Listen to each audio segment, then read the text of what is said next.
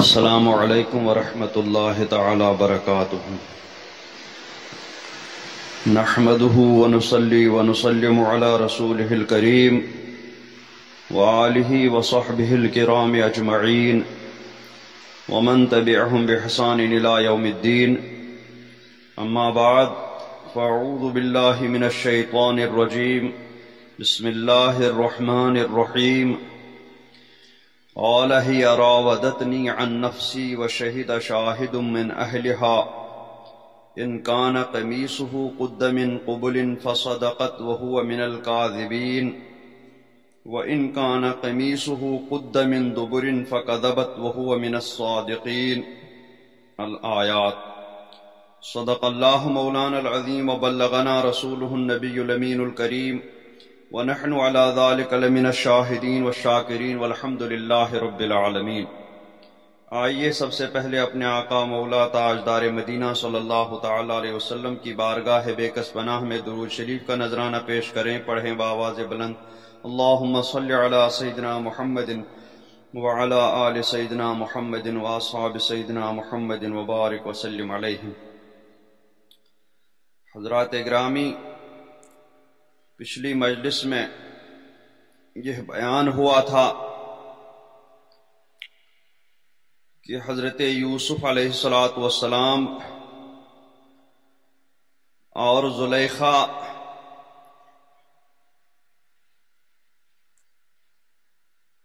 جب باہر نکل رہے تھے اس محل سے تو دروازے پر انہیں زلیخا کے شوہر ملے،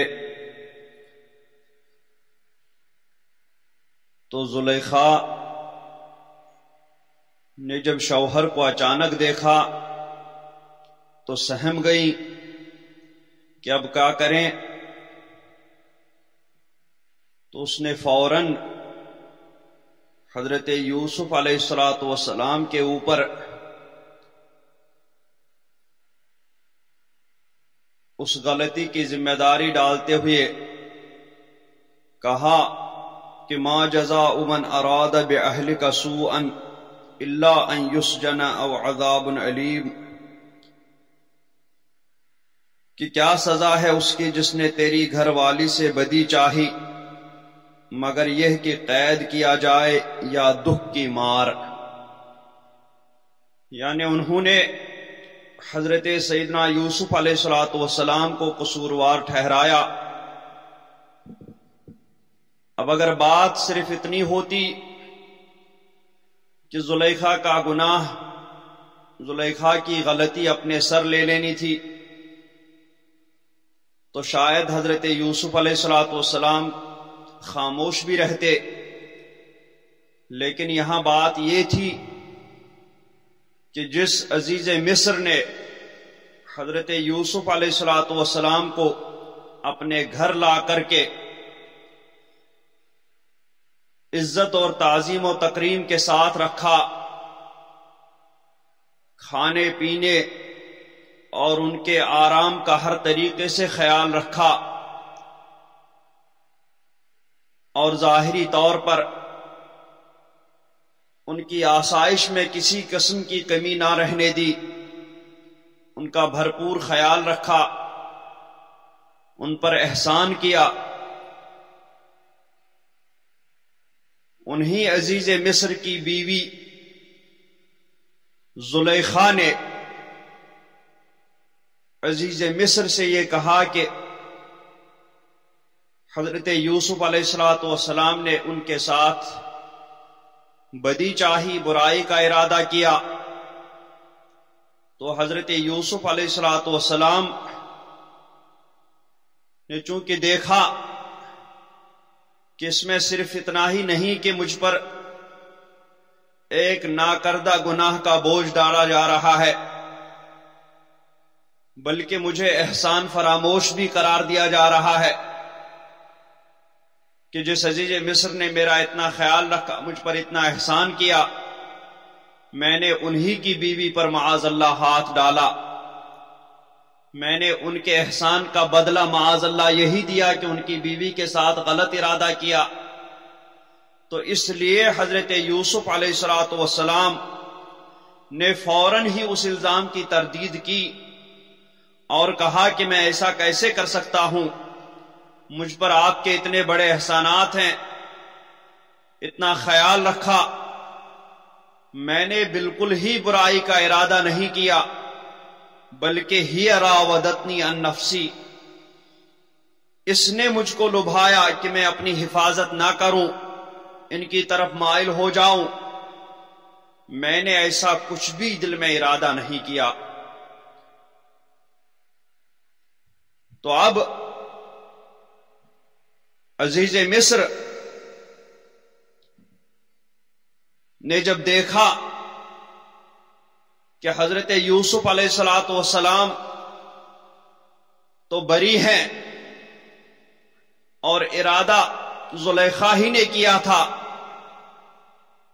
لیکن چونکہ ادھر بیوی تھی اور ادھر حضرت یوسف علیہ السلام جن کو عزیز مصر نے بازار سے خرید کر کے گھر میں رکھا تھا، اس وجہ سے انہوں نے حضرت یوسف علیہ السلام کی بات کو بہت زیادہ اہمیت نہیں دی، زلیخا ہی کی بات کو مان لیا۔ لیکن پھر بھی حضرت یوسف علیہ السلام نے اپنے سر سے وہ بوجھ اتارنا چاہا، اور پھر اس کے بعد قرآن پاک میں آیا کہ وہ شہید شاہد من اہلہا، کہ زلیخا کے گھر والوں میں سے ہی ایک گواہ نے گواہی دی کہ اس کا فیصلہ کیسے ہو، تو ایک گواہ نے گواہی دی۔ اب سوال یہ پیدا ہوتا ہے کہ وہاں تو ایک حضرت یوسف علیہ السلام تھے اور دوسری زلیخا تھی، تو تیسرا کوئی گواہ تھا نہیں کہ جو گواہی دے دیتا، چونکہ 7 دروازے تقریباً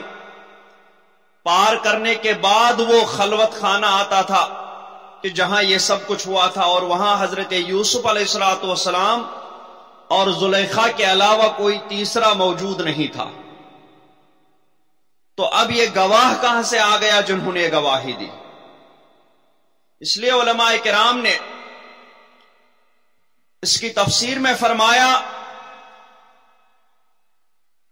کہ ٹھیک ہے حضرت یوسف علیہ السلام اور زلیخا کے علاوہ وہاں کوئی تیسرا نہیں تھا، لیکن اللہ تبارک و تعالی سب کچھ دیکھ رہا ہے۔ اللہ تبارک و تعالی نے ایک شیرخوار بچے کے منہ سے گواہی دلوائی۔ زلیخا کے خاندان میں ایک 3-4 مہینے کا بچہ تھا، تو چونکہ اگر بڑا ہوتا تو اس کو تو ضرور بتا دیا جاتا تم تھے نہیں، تم نے کیسے گواہی دی۔ اب ایک 4 مہینہ کا بچہ جو بول نہیں سکتا تھا، جو چل پھر نہیں سکتا تھا، اللہ تبارک و تعالی نے اس بچے کو ہی گویائی دی، اسی کو زبان دی، اور وہ بچہ بولا کہ ان کان قمیصہ قد من قبل فصدقت وہو من الکاذبین۔ اب اس بچے سے تو سوال ہو نہیں سکتا تھا، بچہ بول نہیں سکتا تھا، تو ضرور یہ ایمان رکھنا تھا کہ اس بچے کو اللہ تبارک و تعالی نے قوت گویائی دے کر کے گواہی دلوائی، گویا اللہ رب العزت نے خود اس واقعے کی صحیح صورت ارشاد فرما دی۔ ٹھیک اسی طرح جس طریقے سے جب حضرت مریم رضی اللہ تعالی عنہا حضرت عیسیٰ علیہ السلام جو بچپن کی حالت میں تھے گود میں لے کر کے اپنی قوم کے پاس پہنچی،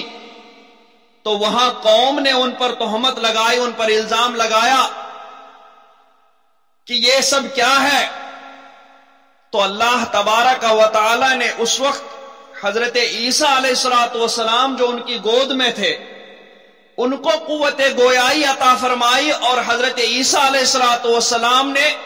حضرت مریم کی گود میں رہ کر کے بچپنے کی حالت میں جب وہ بولنے کی عمر میں نہیں تھے، تبھی اللہ تبارک و تعالیٰ کے اذن سے، اس کے حکم سے حضرت عیسیٰ علیہ السلام نے حضرت مریم کی براءت ظاہر فرما دی تھی۔ ورنہ حضرت عیسیٰ علیہ السلام کی پیدائش سے پہلے حضرت مریم نے کیا کیا، ان پر کیا بیتی، کیا گزری، ان سب کا علم حضرت عیسیٰ علیہ السلام کو تو دور دور تک نہیں تھا، چونکہ وہ تو بعد میں پیدا ہوئے۔ لیکن اللہ تبارک و تعالی سب کچھ جانتا دیکھتا ہے، اس وجہ سے اس نے حضرت عیسیٰ علیہ السلام کو زبان دی، اور حضرت عیسیٰ علیہ السلام نے اپنی والدہ حضرت مریم رضی اللہ تعالی عنہا کی براءت ظاہر فرما دی۔ اسی طریقے سے یہاں پر ایک 4 ماہ کے بچے کو اللہ تبارک و تعالی نے قوت گویائی عطا فرمائی، اور انہوں نے حضرت یوسف علیہ السلام کی پاک دامنی کہ وہ اس ارادے سے پاک ہے، ان کی طرف سے کوئی ارادہ نہیں تھا، اس کی گواہی دی۔ اور کیا کہا کہ ان کان قمیصہ قد من قبل فصدقت وهو من القاذبین، گواہی دی کہ اگر ان کا کرتا آگے سے چرا ہے تو عورت سچی ہے اور انہوں نے غلط کہا ہے۔ یعنی حضرت یوسف علیہ السلام کے کرتے کو دیکھا جائے، اگر وہ آگے سے چرا ہوا ہے تو مطلب یہ ہے کہ حضرت یوسف علیہ السلام کی طرف سے ارادہ تھا، اور زلیخا ان سے بچنا چاہ رہی تھی، اس وجہ سے آگے قمیص سے وہ پکڑ کر کے دھکا دینا چاہ رہی تھی، جس کی وجہ سے آگے کرتا چر گیا ہے۔ تو اس کا مطلب ہے کہ زلیخا سچی ہے اور حضرت یوسف علیہ السلام نے غلط کہا ہے۔ اور وَإِن كَانَ قَمِيصُهُ قُدَّ مِن دُبُرٍ، اور اگر ان کا کرتا پیچھے سے چاک ہوا ہے، فَكَذَبَتْ وَهُوَ مِنَ الصَّادِقِينَ، تو عورت جھوٹی ہے اور یہ سچے ہیں۔ کیوں؟ اس لیے کہ اس صورت میں حضرت یوسف گویا آگے کی طرف بھاگ رہے ہوں گے، اور زلیخا ان کو اپنی طرف کھینچنے کے لیے ان کے پیچھے پیچھے بھاگ کر کے ان کے کرتے کو پیچھے سے کھینچ رہی ہوں گی، جس کی وجہ سے ان کا کرتا پھٹا ہوگا۔ تو اس کا مطلب ہے کہ حضرت یوسف علیہ السلام کی جانب سے کوئی ارادہ نہیں تھا، بلکہ زلیخا کی جانب سے ارادہ تھا، اور حضرت یوسف علیہ السلام سچے ہیں۔ پھر اس کے بعد فَلَمَّا رَآ قَمِيصَهُ قُدَّ مِن دُبُرٍ، تو اب یہی دیکھا گیا کہ حضرت یوسف علیہ السلام کا کرتا آگے سے پھٹا ہوا ہے کہ پیچھے سے پھٹا ہوا ہے۔ تو جب دیکھا گیا کہ عزیز مصر نے جب دیکھا کہ اس کا کرتا پیچھے سے چرا ہوا ہے، پیچھے سے پھٹا ہوا ہے، تو وہ سمجھ گئے کہ حضرت یوسف علیہ السلام کا دامن اس تہمت سے، اس الزام سے پاک ہے، انہوں نے کوئی برائی کا ارادہ نہیں کیا، بلکہ برائی کا ارادہ میری ہی بیوی زلیخا کے جانب سے کیا۔ اور اس لیے انہوں نے کہا انہو من کیدکن، کہ یہ حضرت یوسف علیہ السلام کا ارادہ نہیں تھا، بلکہ یہ تم عورتوں کا فریب ہے۔ ان کیدکن عظیم، اور بے شک تمہارا فریب بڑا ہے، تمہارا دھوکہ بہت بڑا ہے۔ بعض علماء فرماتے ہیں کہ نہیں، شہید شاہد یہاں حکم حاکم ان کے معنی میں، یعنی جب تیسرا آدمی کوئی موجود نہیں تھا تو جو وہاں پہ صاحب مشورہ تھا، زلیخا ہی کے خاندان میں ایک شخص تھا جو اکثر بیشتر معاملات میں فیصلے کیا کرتا تھا، تو اسی کو فیصلے کے لیے کہا گیا کہ بات یہ ہے زلیخا یوسف پر ڈال رہی ہے، اور حضرت یوسف اور زلیخا کو کہہ رہے ہیں آپ فیصلہ کریں کہ کس کا دامن پاک ہے اور کس کا دامن داغدار ہے۔ تو اس فیصلہ کرنے والے نے یہ فیصلہ کیا کہ دیکھو کرتا کدھر سے پھٹا ہوا ہے۔ تو شہید شاہد یہاں پر حکم حاکم، یعنی فیصلہ کرنے والے نے یہ فیصلہ کیا کہ یہ دیکھا جائے، اس طریقے سے حضرت یوسف علیہ السلام اور زلیخا کے درمیان جو مجرم ہے وہ خود بخود ظاہر ہو جائے گا۔ جب عزیز مصر نے دیکھا کہ دامن تو انہی کی بیوی کا داغدار ہے، تو چونکہ شہر کے بڑے آدمی تھے، شہر کے سردار تھے، عزیز مصر کہلاتے تھے، تو اس وجہ سے اگر یہ بات باہر جاتی تو ان کی بڑی بدنامی ہوتی. اس وجہ سے انہوں نے حضرت یوسف علیہ السلام سے بھی عرض کیا کہ یوسف عارض عن ھذا، کہ یوسف تم اس کا خیال نہ کرو، اس بات کو یہی ختم کر دو، یہی رہنے دو. اور زلیخا سے کہا، اپنی بیوی سے کہا کہ وَاسْتَغْفِرِي لِذَنبِكَ، کہ عورت تو اپنے گناہ کی معافی مانگ، تو نے جو جرم کیا ہے اس جرم کی معافی مانگ. تو اِنَّكِ كُنْتِ مِنَ الْخَاطِئِينَ، بے شک تو خطا واروں میں سے ہے، تو غلطی کی ہے، ہے. اس طریقے سے عزیز مصر نے اس معاملے کو گھر ہی میں دبانا چاہا، یہیں پر رفع دفع کرنا چاہا، لیکن اللہ تبارک و تعالی کو کچھ اور ہی منظور تھا. یہ معاملہ یہی رفع دفع نہیں ہوا، بلکہ اس کے چرچے باہر بھی شہر میں ہونے لگے. اب شہر میں جب اس بات کے چرچے ہونے لگے تو شہر میں جو دوسرے سرداروں کی بیویاں تھیں انہوں نے عزیز مصر کی بیوی کو ملامت کرنی شروع کر دی کہ دیکھو تو عزیز مصر کی بیوی کو اپنے غلام، ظاہری طور پر جو انہوں نے چونکہ خریدا تھا بازار سے، کہ اپنے غلام ہی پر وہ فریفتہ ہو گئی، اپنے غلام ہی پر وہ عاشق ہو گئی، اپنے غلام ہی کے ساتھ انہوں نے یہ سب کرنا کی چاہا. انہوں نے اپنی عزت کا بھی خیال نہیں رکھا، اپنی ناموس کا بھی خیال نہیں رکھا، یہ بھی نہیں سوچا کہ میں اتنے بڑے سردار عزیز مصر کی بیوی ہوں، اس بات کا بھی اس نے خیال نہیں رکھا، اور غلام کے پیچھے پیچھے بھاگی. تو یہ چرچے، یہ باتیں شہر میں ہونے لگی، شہر کے سرداروں کی گھروں میں بیویوں کے درمیان یہ باتیں ہونے لگی. جب حضرت ان کے زلیخا تک یہ بات پہنچی کہ شہر میں اس طریقے سے چرچے ہو رہے ہیں، میرے بارے میں یہ باتیں کی جا رہی ہیں، تو زلیخا نے شہر کے سرداروں کی جو بیویاں تھیں، ان سب شہر کے سرداروں کی جو عورتیں تھیں، ان سب کی ایک زبردست دعوت کری، سب کی ایک زوردار دعوت کری کہ اب میں ان کو بتا دوں گی کہ میرا حال کس وجہ سے ایسا ہوتا. ان کو بھی اب میں آزمائش کروں گی، ان کو دکھا دوں گی کہ میں ایسے ویسے اتنی بے حال نہیں ہو گئی. تو انہوں نے ایک بہترین دعوت کا اہتمام کیا. اللہ تبارک و تعالیٰ فرماتا ہے وَقَالَ نِسْوَةٌ مِّنَ الْمَدِينَةِ، اور شہر میں کچھ عورتیں بولی امرأۃ العزیز تراود فتاها عن نفسه، کہ عزیز کی بیوی اپنے نوجوان کا دل لبھاتی ہیں. قد شغفها حبا، بے شک ان کی محبت اس کے دل میں گھر کر چکی ہے، اس کے دل میں رچ بس چکی ہے. انا لنراها فی ضلال مبین، ہم اس کو یعنی زلیخا کو صریح خود رفتہ پاتے ہیں، وہ سے شرم بھی نہیں آ رہی ہے. فلما سمعت بمکرہن، ادھر زلیخا نے جب ان کا چکروا، ان کے وہ باتیں، ان کی وہ تان و تشنی سنی، تو ارسلت الیہن، تو ان عورتوں کو بلا بھیجا، دعوت دی، دعوت کا اہتمام کیا. وَأَعْتَدَتْ لَهُنَّ مُتَّكَأً، ہلکی پھلکی دعوت نہیں بلکہ ان کے لیے مسندیں تیار کی، دسترخوان سجوائے، پھل رکھے، طرح طرح کے کھانے سجائے، طرح طرح کے پکوان سجائے، اور پھر پلیٹیں سجائی گئیں. ان پلیٹوں میں چھریاں بھی رکھی گئیں پھل کاٹنے کے لیے یا کوئی اور چیز. وَآتَدَتْ لَهُنَّ مُتَّكَأً وَآتَتْ كُلَّ وَاحِدَةٍ مِّنْهُنَّ سِكِّينًا، اور پھر ان عورتوں کو بلا بھیجا. وہ عورتیں جب گھر پہ آئیں، زلیخا کی اس دعوت میں شریک ہونے کے لیے پہنچی، تو وہاں پر اس دسترخوان پر ان میں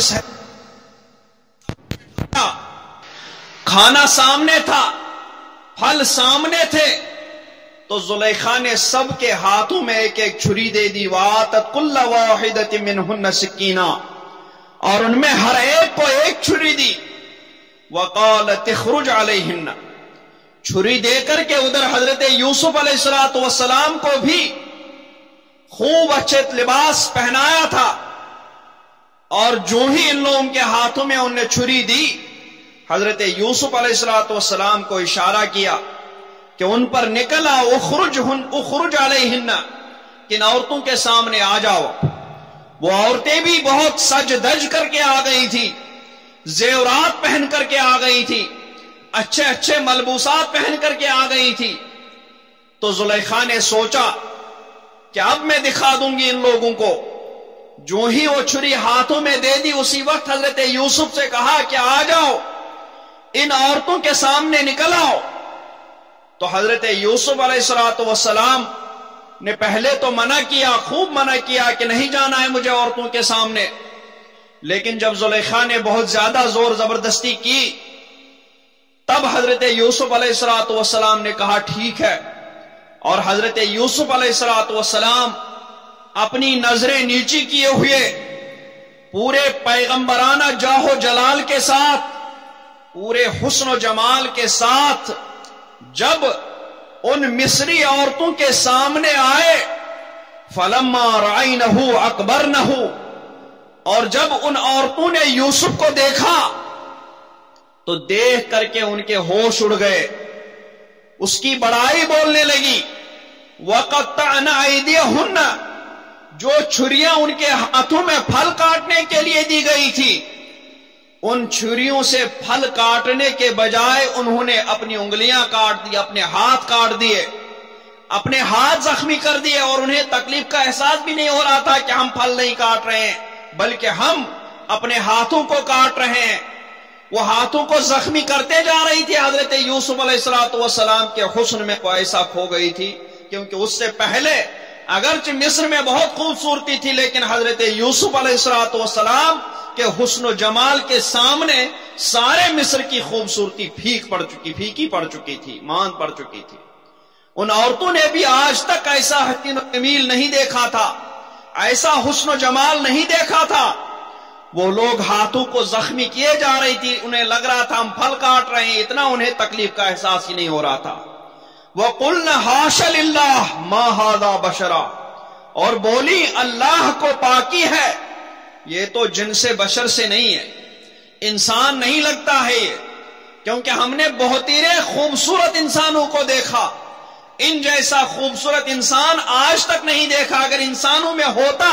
تو ہم نے آج تک دیکھ لیا ہوتا، لیکن ہم نے دیکھا ہی نہیں. مطلب انسانوں میں ایسا کوئی خوبصورت ہو نہیں سکتا، اس لیے ما ھذا بشرن، یہ تو جنس بشر سے ہی نہیں ہے. ان ھذا الا ملک کریم، یہ تو نہیں مگر کوئی معزز مکرم فرشتہ، یہ انسان نہیں ہے بلکہ یہ اللہ تبارک و تعالی کا فرشتہ ہے. یہ ایسا حسن یوسف نے ان کو مسحور کر دیا تھا. قالت، جب حضرت زلیخا نے جب دیکھا کہ وہ مصر کی عورتیں حضرت یوسف علیہ السلام کے حسن و جمال کو دیکھ کر کے اپنے ہوش ہی میں نہیں رہی ہیں،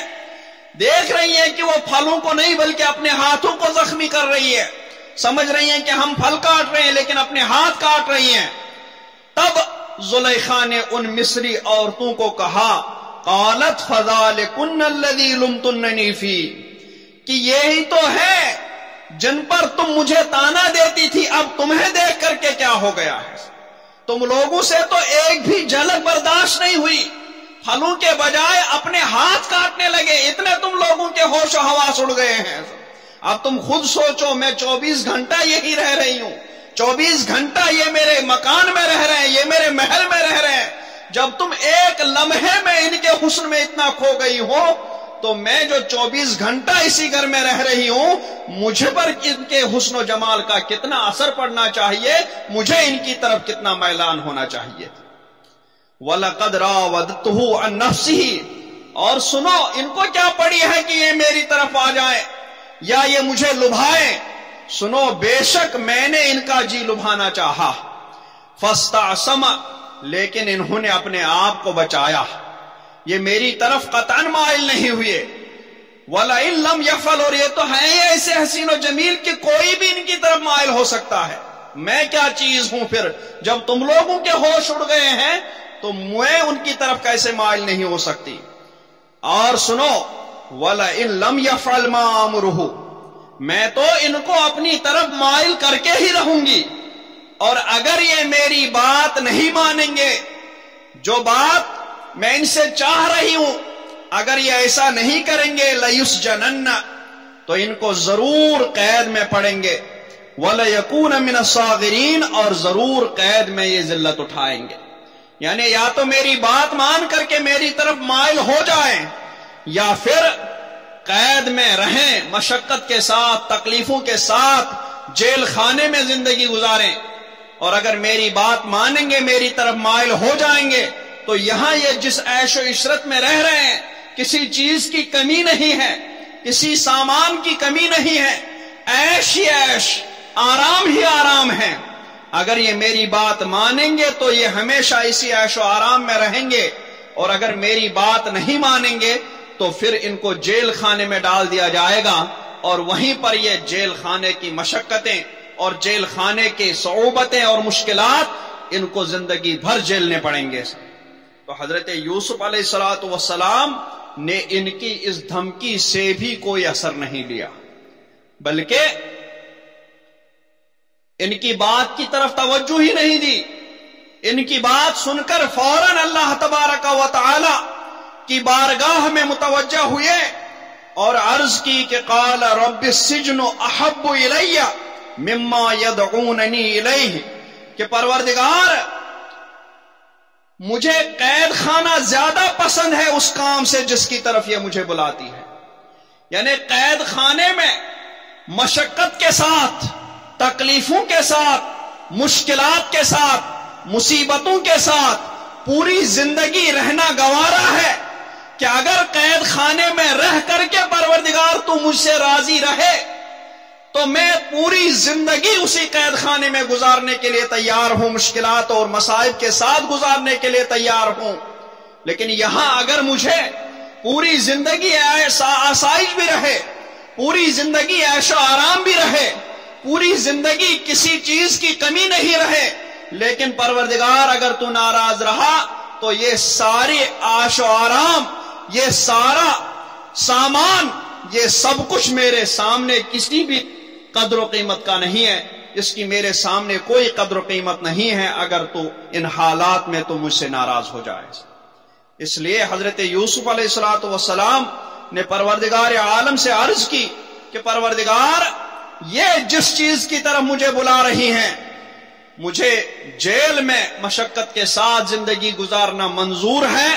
لیکن یہ جو نافرمانی کی طرف مجھے بلا رہی ہے وہ نافرمانی مجھے کسی بھی طور پر منظور نہیں ہے۔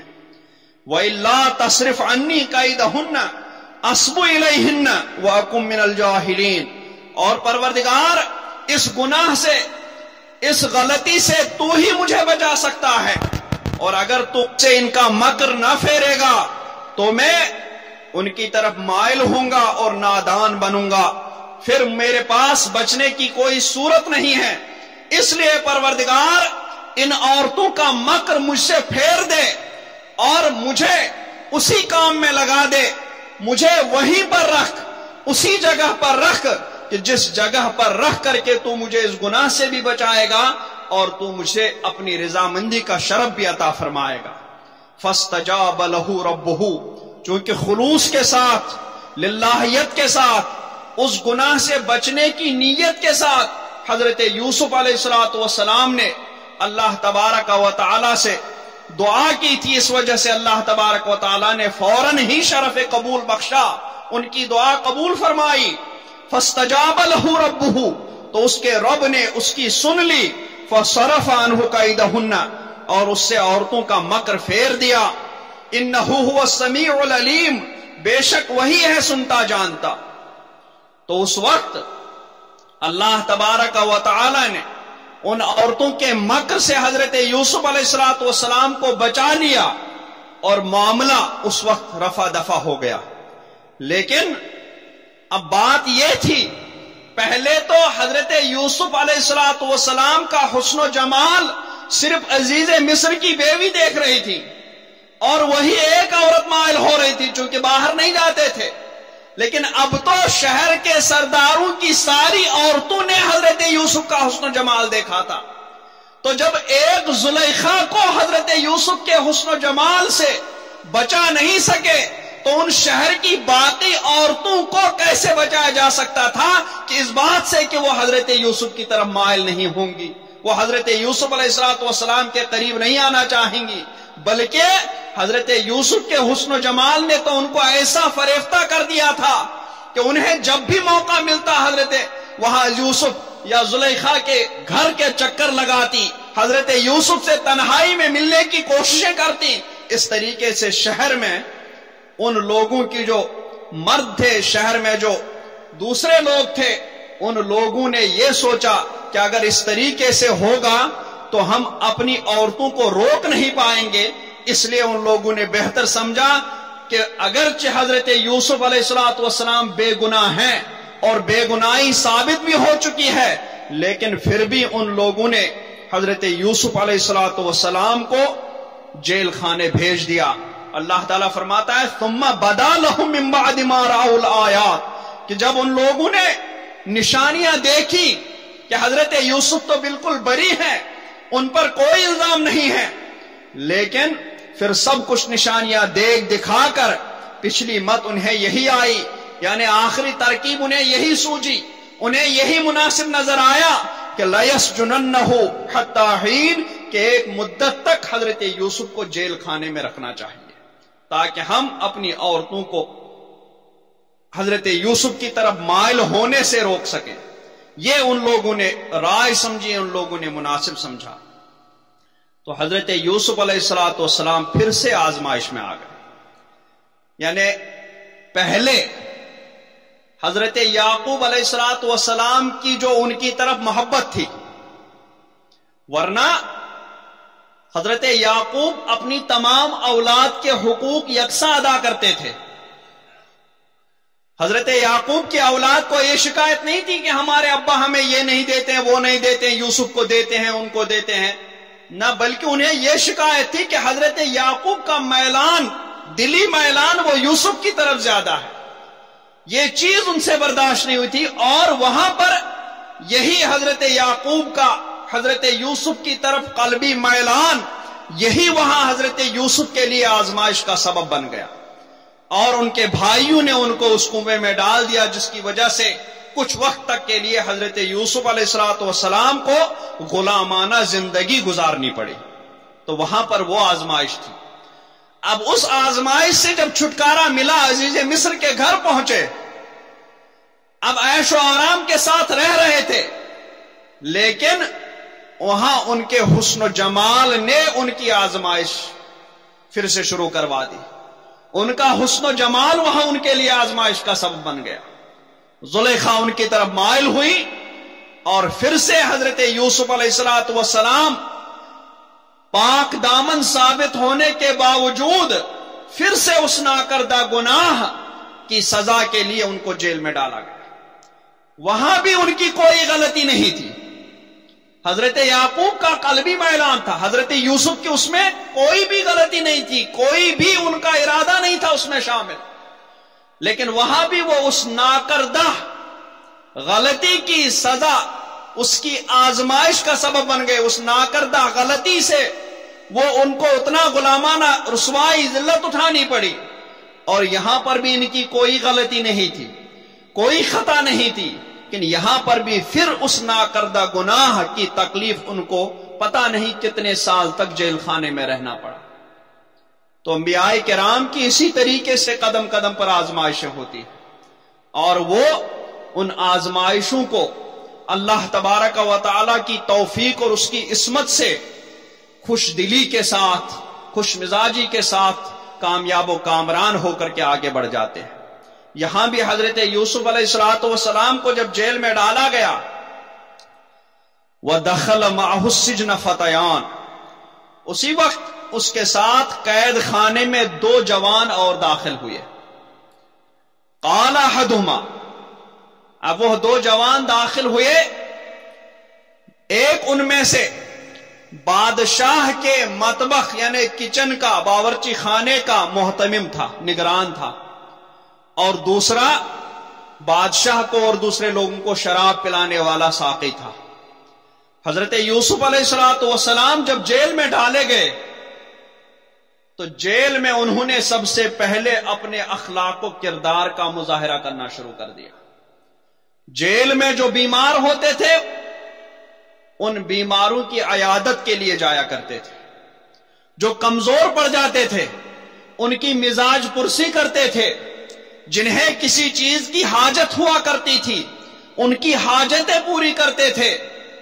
اور پھر رات اللہ تبارک و تعالی کی عبادت اور ریاضت میں گزارتے تھے۔ اس طریقے سے وہاں پر انہوں نے جیل خانے میں رہنے کے باوجود اپنے کردار، اپنے اخلاق کا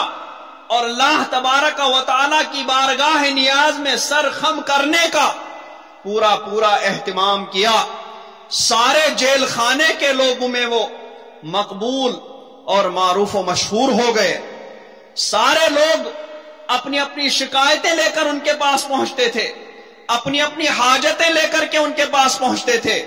اور حضرت یوسف علیہ السلام خندہ پیشانی کے ساتھ ان کی حاجتیں پوری فرمایا کرتے تھے۔ اس طریقے سے انہوں نے وہاں پر ایک الگ مقام بنایا، وہاں پر اپنا ایک مرتبہ، اپنا ایک رتبہ ظاہر کیا، اور پھر اللہ تبارک و تعالی نے ان کو تعویل کا علم عطا فرمایا، انہیں خوابوں کی تعبیر کا علم عطا فرمایا۔